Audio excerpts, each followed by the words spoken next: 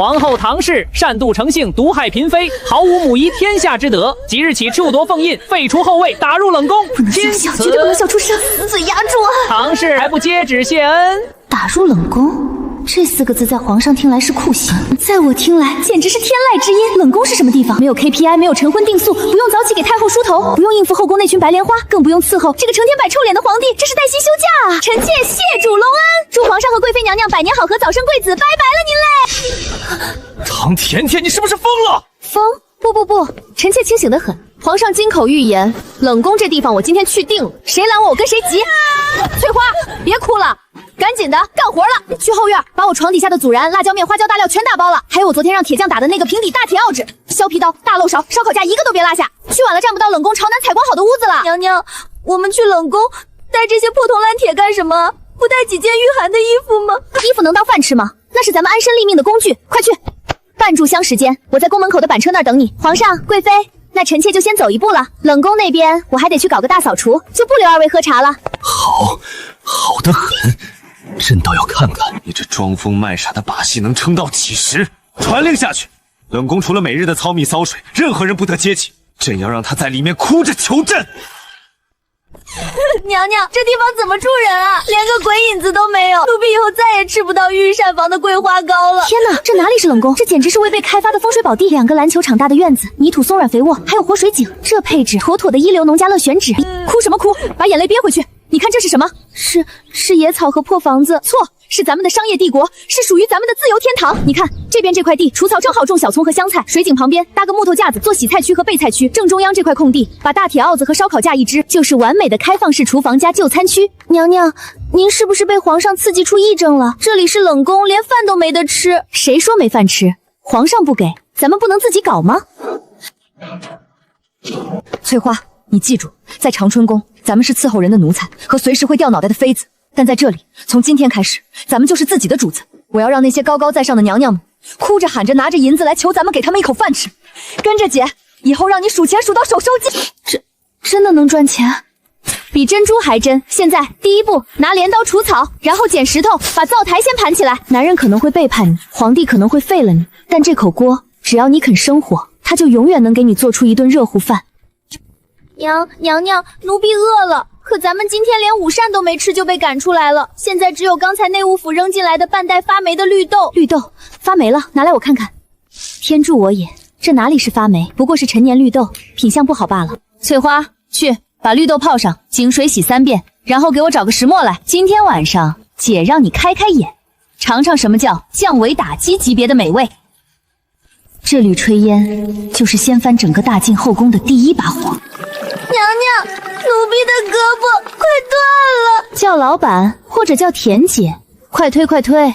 绿豆一定要磨得足够细腻，摊出来的煎饼面衣才能外酥里嫩。你今天流的每一滴汗，都是明天数钱时流下的口水。干得漂亮，翠花，浓稠度刚好。生火，热锅，咱们的冷宫大饭店今天正式试营业。 哎呦喂，我的好姐姐，妹妹来看您了。田姐，是内务府的桂嬷嬷，宫里最心狠手辣的管事，她肯定是来泼墨我们的。姐姐啊，姐姐，你这是在做什么？堂堂大晋王朝的废后，居然在这猪圈一样的地方烧火做饭。 妹妹怕你在冷宫饿死，特意让人去御膳房给你留了点好东西，这是妹妹的一点心意，姐姐可千万别嫌弃啊！只要你肯跪下来求求妹妹，说不定妹妹一开心，还能替你去向皇上求求情，让你在这冷宫里死得痛快点。妹妹的好意我心领了，不过我这人肠胃娇贵，吃不惯狗食。妹妹要是没别的事，就赶紧走吧。 别站在这儿挡着我灶烹的风手，你那一身水粉味儿都快盖住我的面香味儿了。唐甜片，你都落到这般田地了，还敢跟本宫摆皇后的架子？你都落到这般田地了，还敢跟本宫摆皇后的架子？你以为你还是这后宫的主子吗？来人啊！废侯唐氏冥顽不灵！按大晋宫规，被打入冷宫的罪人不得私藏利器和铁器。桂嬷嬷，给本宫把那个黑乎乎的铁盘子砸了，把他的灶台给本宫掀了。本宫倒要看看，断了他的念想，哼，他还拿什么诓？老奴遵命。田姐快跑！慢着，怎么，姐姐现在想求饶了？晚了。谁要求饶了？你要砸锅可以，但作为一个厨子，这锅热都热了，你至少得让我把这最后一勺面糊用完吧。这是对食材最起码的尊重。等我摊完这个饼，随你砸。垂死挣扎，桂嬷嬷就让他摊，本宫要让他亲眼看着自己做出来的东西和这口破锅一起变成烂泥，让他彻底死心。砸我的锅，今天你要是能砸了，我堂字倒过来写。今天你要是能砸了，我堂字倒过来写。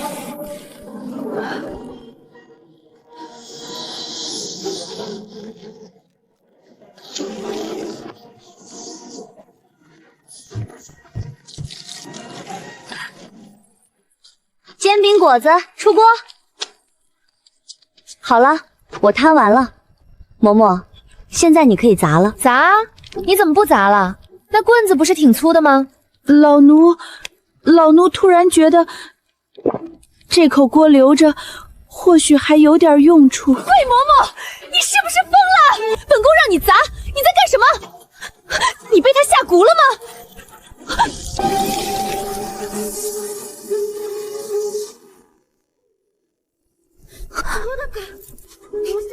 娘娘，老奴以为皇上虽下令断了废后的吃食，但并未说不能没收他的吃食。老奴这就替娘娘将这罪证缴获。没收？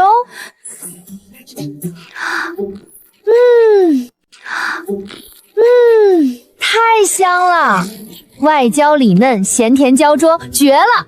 给个神仙当都不换啊！这些养尊处优的贵人哪里经受得住这种刚出锅、带着最原始碳水与油脂爆击的街头美食？这简直就是对人类本能最残忍的考验。唐甜甜，你放肆！你居然敢在本宫面前独吞，你简直毫无规矩！规矩？贵妃娘娘是不是记性不太好？就在半个时辰前，李图公公刚宣了圣旨，我已经不是皇后了。我现在就是一个在冷宫里等死的废人，我都等死了，我还跟你讲什么规矩？虽然咱们现在没关系了，但打开门做生意，和气成才，这可是冷宫独家秘制，全大晋仅此一份的至尊无敌海景煎饼果子。看在大家姐妹一场的份上，我可以忍痛割爱，让给妹妹，就当试营业的头彩了。哼，算你识相。桂嬷嬷，把那东西拿过来给本宫验毒。慢着，一手交钱，一手交货，你敢跟本宫要钱？废话，你当这绿豆是天上掉下来的？这油是水井里打上来的？我这手艺可是非物质文化遗产级别的，不要钱难道做慈善啊？皇上可是说了，不准任何人接济我，我这全是在商言商，合法经营。多少银子？银子？本摊位今日新开当，支持以物换货。我看妹妹头上那只赤金枪红宝石的布勺就挺好看的，勉强购买这一套煎饼果子。放肆！那可是皇上赏赐的番邦贡品，价值连城，你这破烂面饼也配？不配啊，那算了。翠花，过来，姐今天请你吃顿好的，馋死！姐今天请你吃顿好的，馋死他们！等等，什么番邦贡品，什么皇恩高涨？如果今天吃不到这个东西，我会当场疯掉！本宫跟你换！娘娘，使不得啊！让老奴先给您试毒。走开！本宫自己试。太好吃了，真的太好吃了！这辈子都没吃过这么外焦里嫩、味道层次如此丰富的东西。御膳房那些山珍海味，简直就是一堆没有灵魂的摆酱。也就那样吧，勉强能入口。唐甜甜，今天算你走运。桂嬷嬷，我们走。翠花，傻啦。有牙印，是真的，甜面，这是真金的，上面还有这么大一颗红宝石。我没骗你吧？跟着姐是不是能数钱数到手插筋？在长春宫，每天起早贪黑，小心翼翼伺候主子，稍有不慎就挨打罚跪。主子的恩宠就像天上的云，风一吹就散了。可是现在，一块破铁板，一点粗糙的面糊和2颗鸡蛋，竟然就能从贵妃手里直接换来这只极品金步摇。主子的恩宠会变，皇帝的承诺会变，但握在手里的金子，这沉甸甸的手感永远不会骗人。甜妹，咱们接下来干什么？是不是要磨更多的面糊？我这就去把这破院子里的草全拔了，咱们把地全开出来种菜。我这就去。不急着拔草，去把我带押进来的那几块好炭拿出来。今晚冷宫深夜烧烤摊，准备接客。华贵妃那欲罢不能的吃相，就是最好的活广告。不出今晚，这冷宫就要成为整个后宫最热闹的地方。大晋的娘娘们，准备迎接现代美食的毒打吧。田姐，咱们烤这么多，真的会有人来买吗？皇上可是下了禁令的，谁敢靠近冷宫啊？让子弹飞一会儿。你记住，在绝对的美食面前，皇权也得往后稍稍。再说了，白天那个吃了白食的活广告，这会儿估计肚子里的馋虫早就造反了。本宫今夜观星象，发现冷宫这边似有天象不对，特来巡视一番。哎呦，稀客呀！三位娘娘大半夜的，不去等皇上翻牌子，跑我这冷宫来干什么？你休要胡言乱语！华贵妃说你这儿有比御膳房还好吃的稀罕物，本嫔是不信的，特来看看你这废后在搞什么鬼把戏。既然来了，就都是客。不过我丑话说在前面，我这儿的规矩不看位分，只看银子，先到先得，排队取号。放肆！本宫堂堂贵妃还要排队？给本宫把那把羊肉串全包了，还有那个带壳的东西也给本宫端上来。华贵妃，你未免太霸道了吧？凭什么你全包了，本嫔也要？唐甜甜，给我来10串那个羊肉。我也想尝尝。都给我闭嘴！到了我的地盘，就得守我的规矩，要斗智斗勇是吧？要比个高低是吧？行，今天咱们不拼位位，不拼家世，拼脑子，谁赢了，今晚这盘至尊豪华海鲜大烧烤免单，随便吃。怎么拼？琴棋书画还是德凤？本宫怕你不？今天我教你们玩个高端局，狼人杀。天黑请闭眼。这一局的角色配置堪称绝妙。华贵妃抽到预言家，玩契合她掌控欲爆棚，喜欢四处安插眼线的性格。丽嫔抽到猎人，完美匹配她脾气火爆，一言不合就拉人垫背的直肠子。而我和一向胆小的淑妃抽到了狼人，请选择你们要击杀的目标。天亮了，昨晚是个平安夜，现在请各位开始发言。本宫是预言家，昨晚本宫查了唐甜面，她是一匹铁狼。这女人在宫里的时候就心思歹毒，到了这游戏里果然也是个心狠手辣的。今天所有人听本宫的归票，把唐甜面给本宫投出去。贵妃妹妹，你在宫里时就买通太医陷害我，让我背上了毒害你的罪名。我被褫夺了凤印，发配到这比地狱还苦的冷宫。我都已经落到这般境地了，连吃口热乎饭都要自己烧火。你为什么还要在这小小的游戏里赶尽杀绝？难道就因为我出身低微，你就连一条生路都不肯留给我吗？我若是狼，昨晚怎么不直接刀了你？这番话句句气血，字字诛心，把游戏里的指控和现实里的恩怨强行绑定。华贵妃，你这就不厚道了吧？唐姐姐都已经这么惨了，你还欺负她？你这预言家跳得这么凶，我看你才是一匹想带节奏的悍跳狼。你胡说！本宫真的是预言家，你们被这女人的眼泪骗了，她就是在装可怜。贵妃娘娘，臣妾觉得唐姐姐说的也有道理。娘娘，您平时在宫里就喜欢拿主意，这游戏里您又这么强势，臣妾害怕。淑妃这番以为劲的发言，简直是神级辅助，不仅把自己摘得干干净净，还顺水推舟坐实了华贵妃霸道不可理云的形象。淑妃，你也敢反驳本宫？开始投票。华贵妃出局。你们这群蠢货，本宫真的是预言家，你们会被他吃得连骨头都不剩的。承让了，贵妃妹妹。游戏结束，狼人阵营胜利。我不服，你上家再来一局！本宫今晚非要把你这匹铁狼给揪出来不可！想复仇啊？没问题，赢家吃肉。不过今晚这第一局算我请客的体验局，接下来想继续翻盘报仇的娘娘们可就得掏银子了。本宫出10两，发牌。今晚不把你票出局，本宫就不回宫了。这场降维打击的社交游戏，不仅掏空了娘娘们的荷包，也正在一点一滴地瓦解着大晋后宫那套森严、冰冷、吃人的封建秩序。而我的冷宫大饭店才刚刚开业，1个、2个，行了，别把牙硌坏了，赶紧过来烧火。昨晚那些娘娘们吃得太油腻，今天得弄点清淡养胃的，顺便给咱们自己也补补。来嘞，老板。今天要做的是一道在现代夜市上极受欢迎且滋补的硬菜——白胡椒猪肚鸡。深秋的早晨，风已经带上了几分刺骨的寒意，这个时候要是能喝上一口浓郁馨香、热气腾腾的猪肚鸡汤，那简直是给个神仙都不换。田姐，这鸡怎么还穿上衣服了？这叫内有乾坤。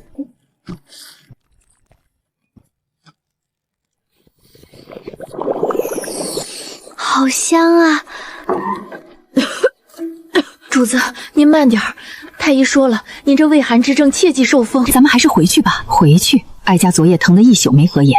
听闻昨晚后宫那几个丫头全往这冷宫跑，说这里有什么神仙吃食，哀家废了的唐氏到底在搞什么地当？来人正是大晋王朝最高级别的 VIP 太后娘娘。太后常年患有严重的胃病和失眠，太医开尽了名贵药材，也不过治标不治本。昨夜她胃疾复发，疼得生不如死。正巧听闻冷宫这边热闹非凡，便强忍着冻楚微服私访。你们是谁？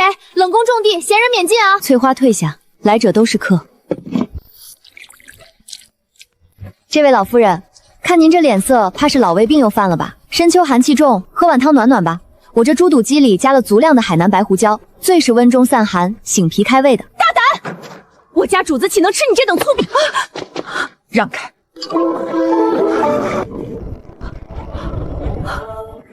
好汤，好霸道的汤！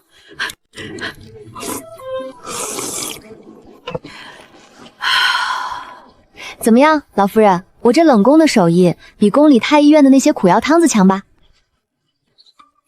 唐丫头，你可知哀家不，你知老身是谁？知道又如何？不知道又如何？在我这灶台前也没有主子娘娘废后，来人只要张嘴那就是食客，食客饿了就做后饭，就当真不愿。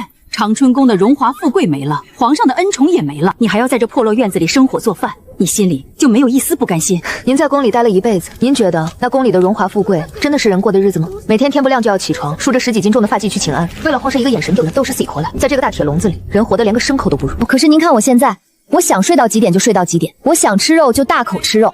这冷宫的墙是破的，但风吹进来是自由的。我的胃很诚实，他告诉我这碗猪底鸡比那虚无缥缈的皇权恩宠管用得多，我为什么要甘心？我在这深宫里斗了40年，从一个不受宠的嫔妃一路杀到太后的宝座，拼了这么久，身体早垮了，枕边从来没有安稳过。今天一个被扫地出门的20岁丫头，竟然用一碗汤、一句话，扯下了这后宫最华丽也最虚伪的遮羞布。好一个风是自由的，好一个胃最诚实。唐丫头，这后宫4方天确实困不住你。桂兰，赏。是。老夫人，您太客气了。老夫人，咱们这儿讲究明码标价，童叟无欺。您刚才喝的是本的招牌95至尊白胡椒猪肚鸡养胃汤，原材料珍贵，单价是10两银子。另外，我们老板刚才不仅您提供了美食，还附赠了人生哲理开导和高级心理疏导服务，解开了您的心结。这笔健康咨询费算您20两不过分吧？所以总计30两银子。您这荷包里是2片金叶子，折合白银40两。我们这里不找源，要不我再给您打包10串我们昨晚卖脱销的秘制孜然羊肉串，您带回去晚上当宵夜。好一个童叟不依，好一个不找零，就按你说的办，给哀家给老身打包。丰田姐，我刚才居然跟全天下最尊贵的女人做了笔买卖，我还成功推销了羊肉串。太后娘娘不仅没杀我的头，她还对着我笑。这算什么？我说过，只要咱们的手艺硬，只要咱们能拿捏住他们的胃，这大晋的天下以后就是咱们的提款机。翠花，恭喜你，你出师了。田姐，从今天起，谁也别想从我翠花手里白拿走一根葱。李图，什么时辰了？回皇上的话，已经是戌时3刻了。李图公公刚才肚子有些不舒坦，去了一趟净房，这会儿还没回来呢。奴才给您换杯热茶吧。不对劲，非常不对劲，太安静了。按照以往的惯例，只要朕晚上在御书房批阅奏折超过虚时，后宫那群女人就该像闻到腥味的猫一样排队来上演争宠戏码。华贵妃的燕窝粥呢？淑妃的芙蓉糕呢？丽嫔哪怕没什么手艺，也会亲自熬一碗银耳莲子羹。可是这半个月来，别说参汤补药，连那些在御花园里故意偶遇扑蝶弹琴的妃嫔，都像是人间蒸发了一样。朕废了皇后，是为了梳理后宫的规矩，让那群女人知道天威难测，从而更加敬畏朕、讨好朕。可现在算怎么回事？集体罢工了！来人！皇上息怒，去把李图给朕叫回来，立刻，马上！李图，你身上这是什么味儿？你掉进御膳房的泔水缸里了吗？皇上恕罪。你手里拿的什么东西？这是女巫牌，奴才昨晚玩游戏赢来的纪念品。女巫游戏？李图，这是怎么回事？朕问你，后宫的娘娘们最近都在干什么？为什么整整半个月没有一个人来御书房请安？他们都去哪儿了？回皇上的话，娘娘们全都没在自己的宫里。不在宫里？那在哪儿？在冷宫。冷宫？你再说一遍，他们去那鬼地方干什么？难道是去替那个毒妇求情，还是去奚落他？都不是，娘娘们在冷宫玩的乐不思蜀，简直是流连忘返啊！乐不思蜀？是啊，皇上，奴才刚才奉命去各宫查探，结果发现长春宫、延禧宫、景仁宫全空了。奴才顺着味儿一路找过去，才发现所有娘娘都在冷宫的院子里聚众玩一种叫狼人杀的高雅社交游戏。皇上您是不知道啊，华贵妃娘娘为了抢一个叫预言家的身份，差点跟丽嫔娘娘打起来。淑妃娘娘平时连只蚂蚁都不敢踩，在游戏里居然是个深水倒钩郎，骗得大家团团转。而且什么？而且废后唐氏在院子里支了个大铁锅，每天晚上卖那个叫深夜烧烤的东西，那味道简直是勾魂夺魄。娘娘们为了吃上一口烤生蚝，排队都要排半个时辰。冷宫那个叫翠花的丫头，收钱收得六亲不认，连华贵妃娘娘想赊账一根羊肉串都被她无情拒绝了，还被逼着当场退下了一个翡翠玉镯底呀！荒唐，简直是荒谬绝伦！唐甜甜这个毒妇，朕把她打入冷宫，是让她去思过、去受苦、去忏悔。她倒好，在朕的眼皮子底下开启了黑店，还把朕的后宫嫔妃全教唆成了不顾体统的市井泼妇。朕引以为傲的皇家威严，苦心经营的后宫制衡之术，居然被一把阻燃和几张破哪牌击得粉碎。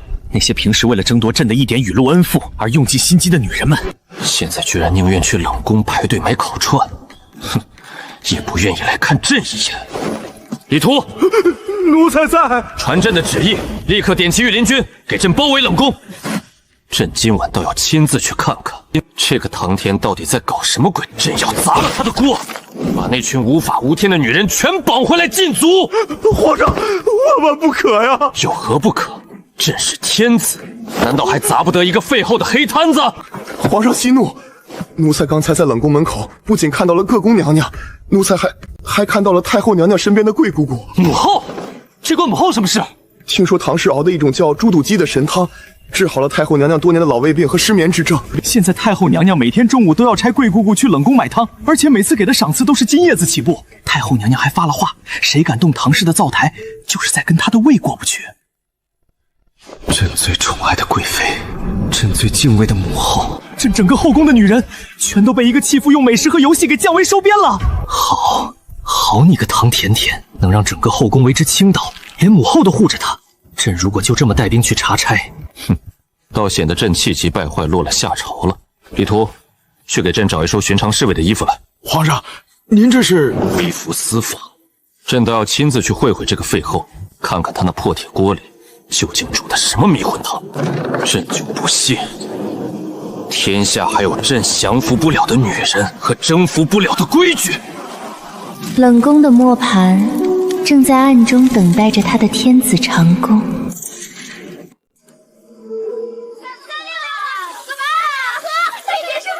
谁玩不起了？翠花，再给本嫔上两扎那个什么果酒，今晚不把华贵妃喝怕瞎，本嫔的名字倒过来写。这真的是朕的后宫。哎，这位侍卫大哥，接过，别挡着风口，没看里面正催着上菜呢吗？本嫔的名字倒过来写。在这里，朕不是那个需要被仰望、被揣测、被畏惧的九五之尊，朕在这里就是一个有些碍事的到了上菜通道的普通路人。喂，那个穿黑衣服的新来的，别杵在门口当门神啊！吃什么自己过来拿盘子排队。你就是这么在冷宫里思过的，把朕的后宫搞得乌天瘴气，你可知罪？哟，这不是御卫军的兄弟吗？怎么巡夜巡饿了，跑我这儿打秋风来了？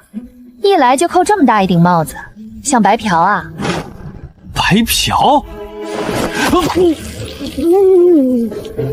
吃东西还堵不上你的嘴，排队去。朕从来没吃过这么烫嘴、这么刺激、这么充满生命力的食物。宫里的御膳端上来永远是温吞的，精致的摆盘掩盖了食物本身最原始的香气。可这串羊腰子就像是在舌尖上放了一把火。渴了吧？来，冰镇杨梅果酒，解腻的。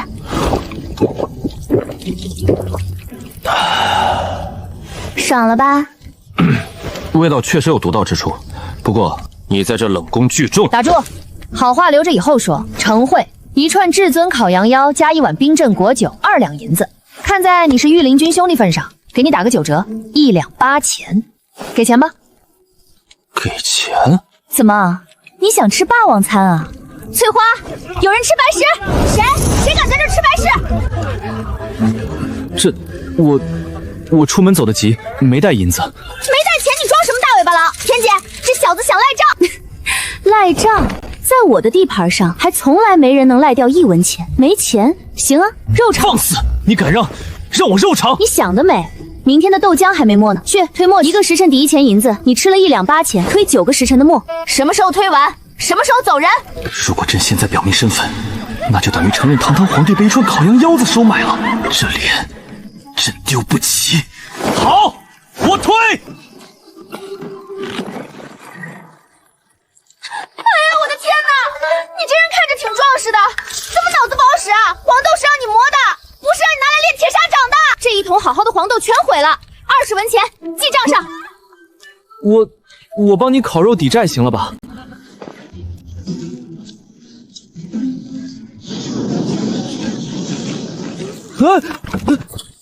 住手！田姐，这人是个灾星吧？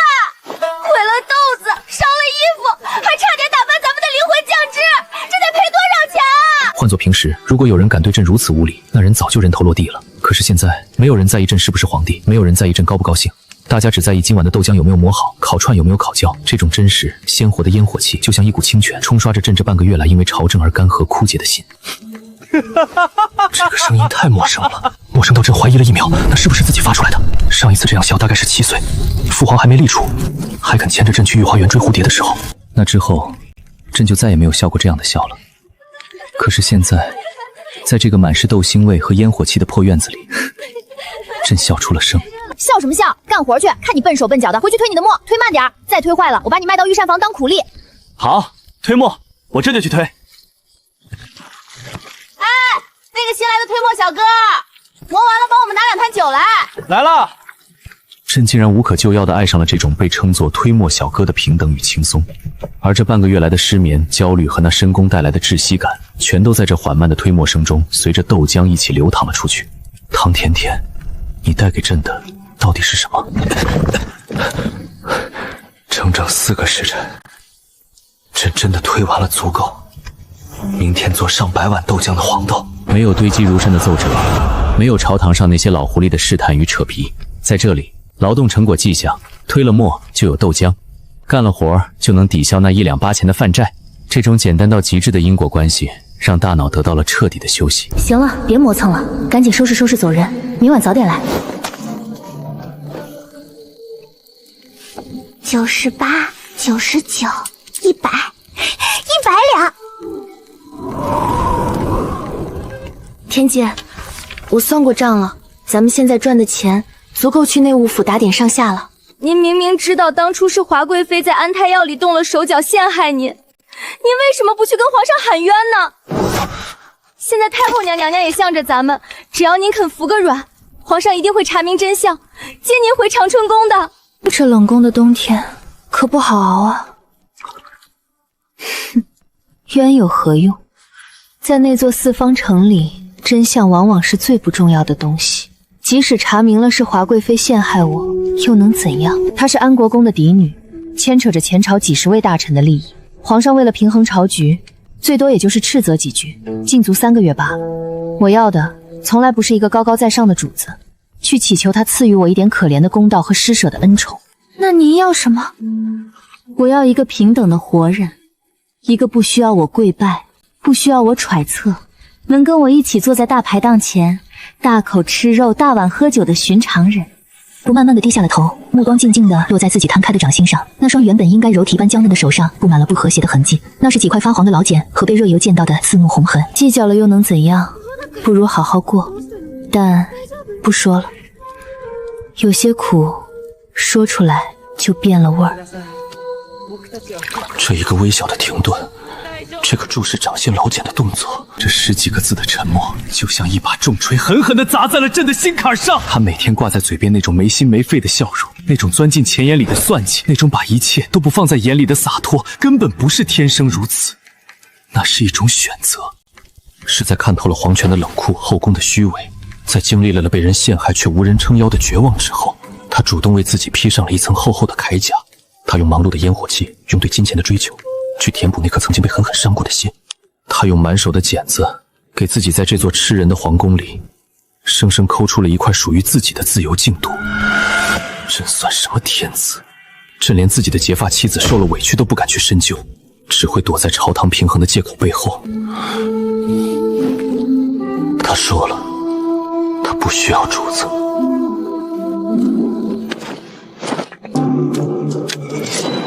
唐甜甜，既然你觉得皇权是枷锁，既然你想要一个平等的活人，好，那在这冷宫的1亩3分地里，朕不再是那个高高在上的大金皇帝司马长风，朕就是那个给你推磨、被你嫌弃笨手笨脚、欠了你1两8钱饭债的推磨小哥老四。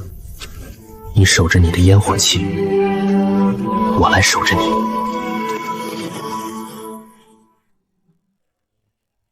皇上，臣有本要奏，臣要弹劾废后唐氏。废后唐氏不思悔改，竟把冷宫弄得乌烟瘴气，用一些奇怪吃食和娱乐蛊惑六宫粉黛。如今后宫空虚，嫔妃们不修女德，日夜饮酒作乐，甚至成宿的不回寝宫，此乃慌乱宫闱，败坏朝纲之大罪呀！皇上，臣等复议，恳请皇上降旨，赐死废后唐氏，以正后宫风气。若是半个月前，朕听到这种奏报，定会毫不犹豫降下赐死毒酒。但现在，他只是想在这冰冷的皇宫里找一口热乎饭吃，找一点平等的自由。这些老愚俗竟然要他的命！放肆！退朝！唐天帝，你不要皇权，你想要清静。好，今天朕就替你把这些烦人的老狗全挡在外面，朕看谁敢动你一根头发！翠花，昨天晚上发的那盆面醒好了没？今天早上预定了50笼灌汤小笼包，娘娘们打了一宿麻将，一会儿散场了，肯定饿得眼冒绿光。来了，天姐，面醒好了，但是咱们的蒸笼垫布不够用了，昨天洗了没干，后院的荷叶也用光了，这包子直接放竹衣上会沾底漏汤的。关键时刻掉链子。皇上哟，老四，你今天怎么穿的这么隆重？怎么了这是？谁欠你钱了？脸黑成这样。御史台联名上奏，说你祸乱宫闱，要求朕赐死你。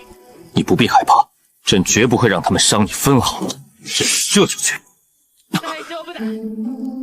你一拔剑，我这生意还做不做了？你看你把我的伙计都吓成什么样了！把剑收回去。甜甜，他们要杀你，你知不知道这联名奏折的威力？朕若是不以雷霆手段镇压，镇压个毛！你是皇帝，不是杀手。你今天为了我杀这几个御史，明天我腰后的罪名就彻底做熟了。到时候全天下的文人一人一口唾沫都能把我淹死。这破摊子我就算彻底散了。那你说怎么办？难道就由着他们欺负你？欺负我？他们也配？刚才翠花不是说缺垫蒸笼的纸吗？哟，这纸质不错啊，够厚实，还不透水。这帮御史还挺会挑东西的。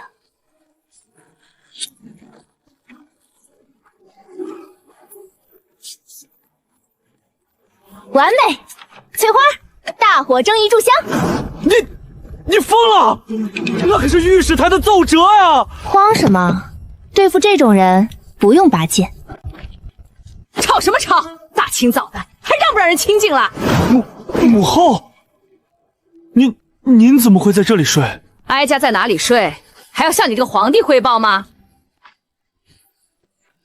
你回去告诉王御史那个老匹夫，哀家10几年的胃疼和失眠，太医院那群废物治不好，是唐丫头用一碗猪肚鸡给治好的。从今天起，这冷宫就是哀家的颐养天年之所，谁敢动唐丫头一根头发，谁就是想让哀家疼死。你问问他们，是不是想诛九族？哼，要是想，哀家现在就送他们全家去塞外吃沙子。刚才那个在大殿上怒发冲冠，想要拔剑杀人的朕，简直就像个可笑的莽夫。爱他，不是用皇权去强行保护他，把他重新变回那个需要依附于朕的金丝雀；爱他，是应该把主动权交还给他。看着他用他那不可思议的智慧和烟火气，四两拨千斤的将这世间的恶意化解于无形。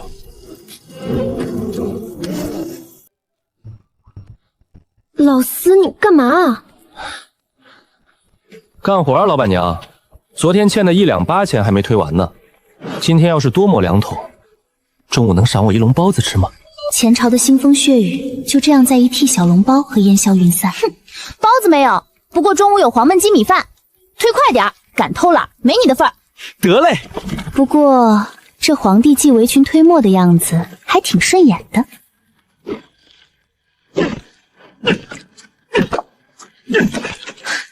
行了，老四，你这哪是劈柴，你这分明是在拆家呀！怎么了？朝廷里又出什么事了？边关800里集结，匈奴趁着暴雪连转了好几座城池，将士们在没过膝盖的雪地里作战，朝廷派发的冬衣根本挡不住这种极寒。后勤运粮的车队也被大雪封在半路，将士们连急行军的干粮都断了，这仗还怎么打？朕想御驾亲征，可若是连肚子都填不饱，朕就算去了，也是带着他们白白送死。这个男人在面对后宫的算计和御史的弹劾时，可以毫不犹豫地拔出天子剑，但在面对边关受着苦的和百姓时，他却露出了无力的疲态。他是一个真正把天下扛在肩上的皇帝。所以现在最大的问题是，第一，需要极度抗寒且轻便的冬衣；第二，需要能在雪地里长时间保存、体积小巧且能迅速补充体力的口粮，对吧？谈何容易！棉花产地今年也遭了灾，国库里的存货根本不够前线10万大军塞岩缝。棉花不够，那羊毛呢？羊毛？羊毛虽然保暖，但山气冲天，里面全是油脂，根本无法纺线做衣。就算做成毡子也笨重，士兵穿上连刀都挥不动。那是你们没掌握核心科技。老四，把那斧头扔了，跟我进屋，咱们搞点黑科技。第一步，羊毛脱脂洗涤。草木灰里的碳酸钾是天然的去油剂。老四，烧火，把水温控制在微烫但不沸腾的状态。好。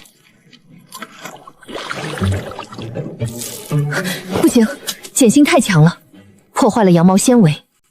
重新配比，再加些淘米水进去中和。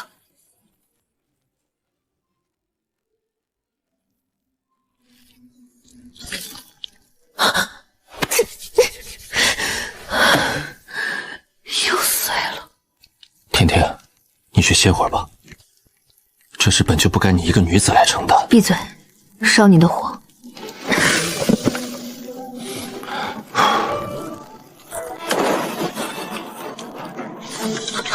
老四，火太大了！这，我一着急没控制住火候，这锅料全废了，又要重来。换做平时，如果翠花犯了这种低级错误，早就被骂得狗血淋头了。但此刻，她为了我的实验，在这个冰冷的夜里，甘愿做一个最底层的烧火伙计。她在我面前犯了错，没有端起皇帝的架子推卸责任，而是像个普通丈夫一样，因为搞砸了妻子的工作而感到局促和自责。傻不傻？烧火不知道戴手套。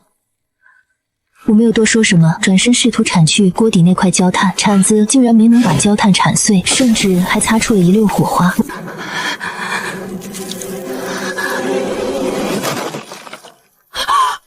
四，你简直是个天才！我一直以为是压力不够，其实是熬糖的温度不对，必须要用猛火将麦芽糖中的水分彻底熬干，让糖浆达到拔丝的极点温度，然后迅速和油脂面粉混合冷却，这样糖浆就会变成天然的强力粘合剂，比石头还硬。你不怪我？怪你干什么？你立大功了！快快快，按刚才的火候，再来一锅。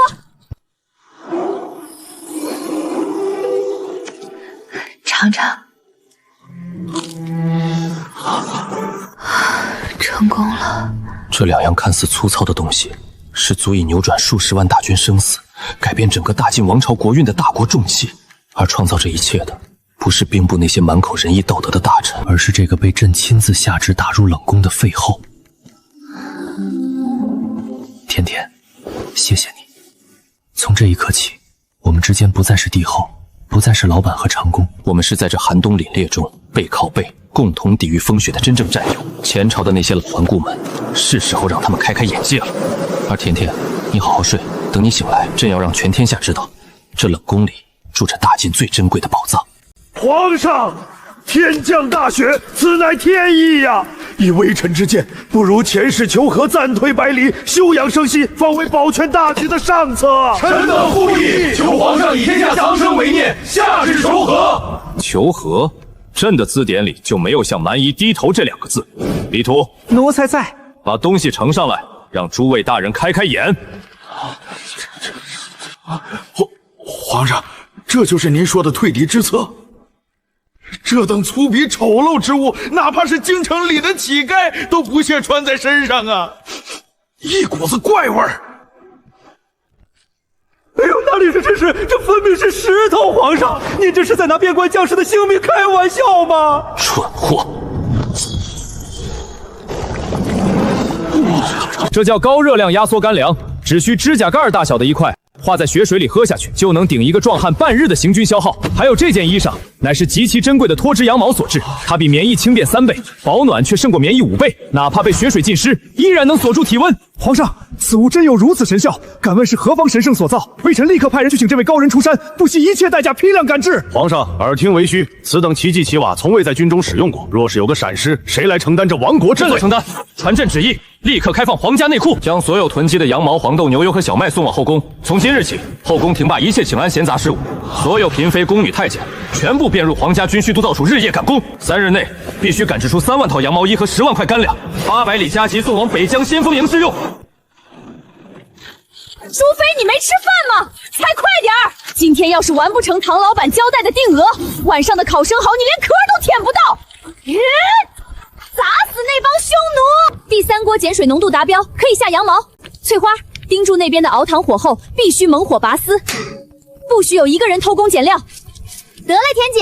3天后，风雪依旧，满载物资的车队渐渐消失在风雪深处。司马长风披着黑色大氅，缓缓回过头，抬眸望向高耸的宫墙。宫墙上，我累得靠在墙边，勉强抬起手，比了一个 OK 手势。北疆800里加紧！完了，天亡我大晋了！闭上你的乌鸦嘴！李图，拿上来，当众宣读。 怎么了？是不是先锋营全军覆没了？不是，大捷，北疆大捷呀！朕被大将军扣手，外封呼啸，火陆军将领固执己见，且不肯换上朝廷新发的奇装异服，坚持穿旧制棉服，结果在深夜遭遇暴雪，全军未战先溃，冻死冻伤过万。然。 右路先锋营3万将士严格执行圣意，全员换上羊毛衣，携带压缩口粮。在那场极寒风雪中，先锋营将士不仅无一人冻伤，且凭借干粮强劲体力，在雪地里急行军3天3夜，犹如神兵天降，直接绕到了匈奴的大后方。先锋营于拂晓发平匈奴王秦，斩首2万，声传匈奴左贤王。匈奴残部已向漠北溃逃，10年之内再无力犯我边境。此战之胜，全赖朝廷赐下的神仙衣物与神奇口粮。臣叩谢皇恩浩荡，大晋万岁！皇上，列祖列宗保佑啊！我们赢了！奇迹！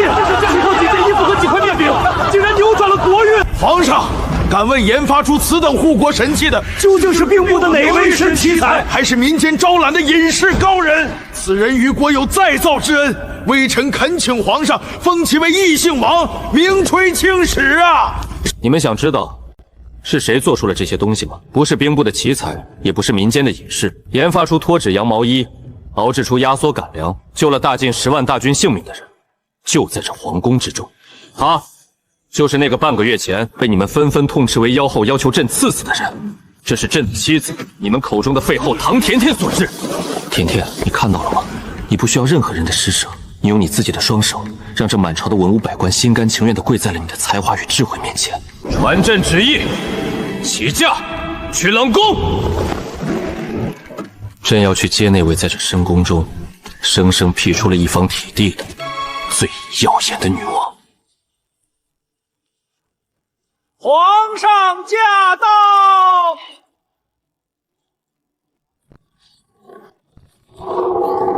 翠花，东边那块地的白菜该收了，还有把昨晚腌的羊肉翻个面。 今天中午，太后娘娘预定了10个人的全羊宴，要是考交了，我扣你这个月的奖金。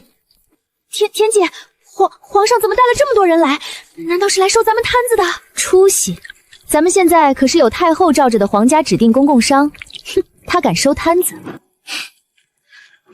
你们都在外面候着，没有朕的旨意，任何人不得踏入这院子半步。臣等遵旨。老四，你今天这身打扮挺招摇啊，怎么？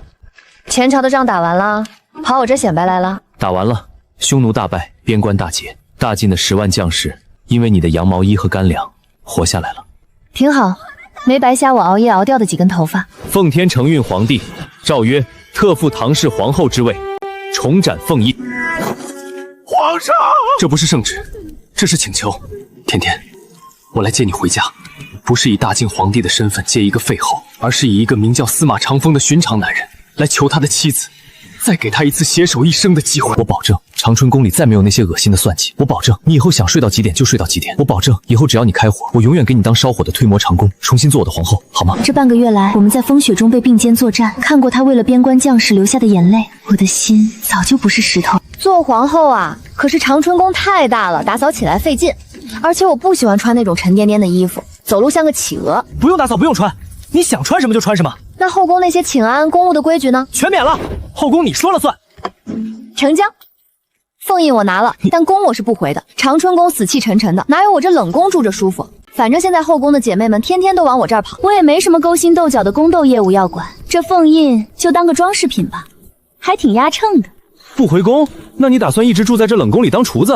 错，我不当厨子，我要当大晋皇家商业创新与美食中心的董事长。老四，反正后宫现在全空了，这冷宫的地皮空着也是空着，我打算把它重新翻修一下，左边盖个棋牌室，右边建个大型室内烧烤大排档，中间弄个戏台子。咱们把后宫打造成全京城最高端的 VIP 私人会所，赚那些王公贵族的钱，充盈国库，怎么样？好，这天下是朕的，但朕是你的，你想怎么折腾就怎么折腾，天塌下来，推磨箱子给你顶着。5条。哼！哎呀，华贵妃，5条成手型啊，这都连点3炮了，自摸清一色糊了，给钱给钱，再来，本宫今天非要把昨天输的那个庄子赢回来不可。张大人，您家老夫人今天点的是太后同款95至尊猪肚鸡，外加打包了10串羊肉串，加上包间服务费和皇家情绪附加之税，总共是300两白银。您看是付现银呢，还是拿您手里那块甜花石印账抵押呢？付现银。华贵妃娘娘上个月那笔安胎药的赔偿金，这都拖了半年了，还差300两。安胎药没什么，就是一笔陈年旧账，欠债还钱，天经地义。张大人，您的账倒是结得爽快，下次来给您打95折。老四，风箱拉大点，这批生蚝不烤干一点不入味儿。好嘞，老板娘。老四，你后悔吗？堂堂95至尊，拥有整个天下，现在却沦落到在这儿给我当一辈子的烧烤伙计。朕拥有整个天下，但那天下太冷了，对我来说最珍贵的莫过于身边这个人和这人间烟火里的岁岁年年。干杯！为了自由，为了搞钱，也为了这该死的爱情。在这个不再冰冷的冷宫里，权力的枷锁被彻底破碎，取而代之的是极其鲜活的灵魂。